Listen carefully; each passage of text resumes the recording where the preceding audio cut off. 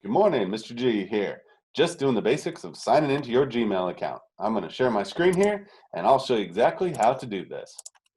So when you get home, when you are on your laptop, when you are on one of the school's laptops, you will have a chance to sign into Google. Now, on a Chromebook, you're already signed into Google, so you won't have to do this step. You're going to be signed in already. If you are on a Windows laptop or on something at home, you're going to have to sign in. Now, the important thing to remember here is the way we typically do it is last name dot first name at IlliniWest.org. And you have to make sure that when you type that in, you type in the @IlliniWest.org. This tells Google that it needs to go to my email server and not just the regular Gmail server. It'll go through, it'll allow you to type in your password. You should have that password on the cheat sheet. If it doesn't work, please get in touch with me in whatever way you can. And I can get that set up and moving very, very quickly. And we'll get it reset to that password for you. And as you can see, I've got a bunch of emails from teachers. This is our default student account. So this is already starting to feed all of the different classrooms that we have. Now, when you're in Gmail, you can go and look at your email here. You also have an app drawer. In a Chromebook, you're going to have an app drawer at the bottom of your computer. But in a Windows browser like this, you'll have an app drawer. The app drawer allows you access to all of the Google Suite apps, including Docs, Sheets, Slides, Calendar. And one of the most important ones is it's going to be called Classroom. You can actually put this on your phone as you want to, but we don't necessarily need you to. When you go to Classroom, this is the organizational location for your classes. As you can see, this default student has a lot of classes.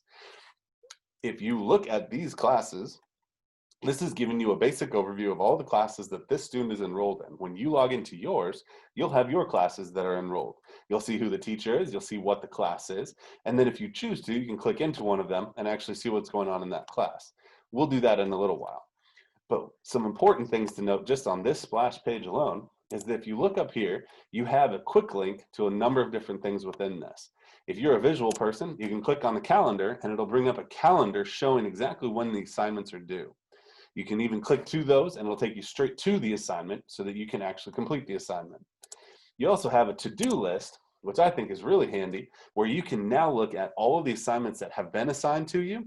It can show you when it was posted, and then you can even look at what ones are missing that you don't have completed yet. And that way, if you are behind, or if you're trying to find out what's done and what is not done, you can do that right here. And then you can also click on Done. This will tell you the things that are already completed and what you need to do to finish those up. So those are two quick links I wanted to show you before we go into a specific class.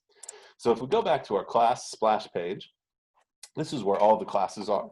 And I'm just going to pick one at random here, but I'm going to just go with Algebra 1 with Mr. Peyton Porter. This is the basic look that you're going to see in every class, although they might change the top a little bit and you might see some more or less information depending on what the teacher chooses to share. But ultimately, this is going to be a very similar format for every class that you have. On the stream information is just that. It's just a stream of information that they can give to you. There can be links for Zoom meetings like this right here. There can also be links, he's got a couple of Zoom meetings. There's also can be links to different assignments within this. There also can be links to just pure information that they're just trying to give you. A nice thing to note is on the left-hand side, you'll see an upcoming task list. And so if they have anything assigned, you're gonna see it right there as you go through things. You'll also have a classwork tab for each of the teachers.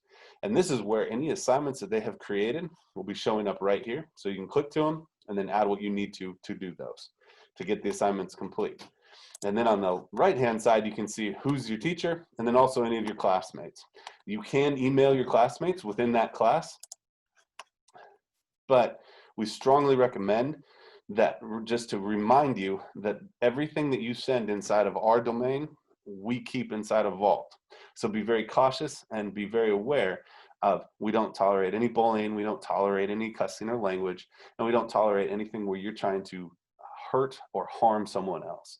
So make sure that you follow those really simple rules and don't email one another things that you shouldn't be emailing. This is also a location that the teacher can email everyone as well, or you can email your teacher. So if you have questions, things come up, here's a really good location that you can put information there. This is the basics of every classroom you're going to see. I will go into a little more detail on assignments, but that'll be in a different video. Thanks for watching. Hope you're doing well, and I will talk to you later.